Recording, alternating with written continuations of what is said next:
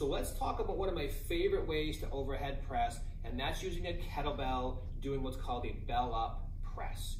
So what in the world is that? Why is it important? Why is it cool at all? So take a look here. So this is the sort of two kettlebell version of the overhead press on this side, and you have the single arm bell up press on this side here. So the nice thing about the bell up press is that it forces you to do good reps. When you flip the bell up, you're gonna feel like the weight is dancing all around. It forces the muscles around the shoulder to stabilize in a different way compared to dumbbells. And again, it doesn't let you do bad reps, because if you do, the kettlebell takes off on you. If you get sloppy, that thing's gonna be all over the place. So it holds you true to good form and good technique. So again, doing both weights at the same time is great. I would recommend, if you're dealing with shoulder pain, go with one kettlebell and then work on becoming very strict, very controlled. You're gonna have to, because otherwise you're gonna feel that bell is gonna take off and you're gonna have a hard time. To that point, a couple quick things about the weight and what it can kind of do. If you're pressing and the weight kind of starts to come forward, you have sort of two things you can do. You can use the other hand to kind of catch it and kind of cradle it in, or you can kind of bring it down if you can kind of manage that through proper hip motion.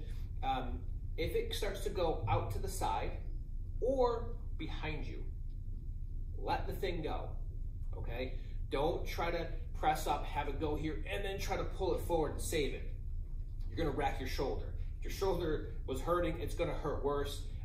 So do not save it. If it's going back this way, let it go and step forward. Do not try to save it. If it's coming this way, you can still drop it forward, but you have the other hand to kind of catch it this way. But if it's going this way or it's going that way, let it go and just get out of the way.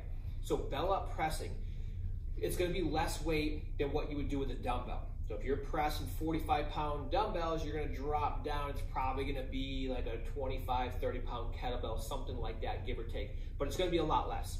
So it's not gonna be a pound for pound swap over. And you're gonna find if you have shoulder pain, you may notice that the painful side has a real difficult time stabilizing the weight, which to me just indicates how much it needs that. So I've used these a lot with both patients, clients, and a couple of times that I've had a couple shoulder issues to really help rehab the shoulder, because I like overhead pressing. I think it's a great exercise. The bell up press forces you to do good reps, and you'll notice that one side, it's not always the weight that's heavy, it's just the ability to stabilize the movement that really challenges you the most. But if you find that when you do the bell up press, that's great information. It means that there's something going on and the shoulder needs the extra stability, not necessarily the extra weight. So you might solve a couple problems at once by cutting back the weight and working on the stability. You reduce and eliminate irritating factors, which decreases inflammation and pain, and then you're strengthening and stabilizing the shoulder at the same time, which is going to help the rehab and help you feel better in the long run.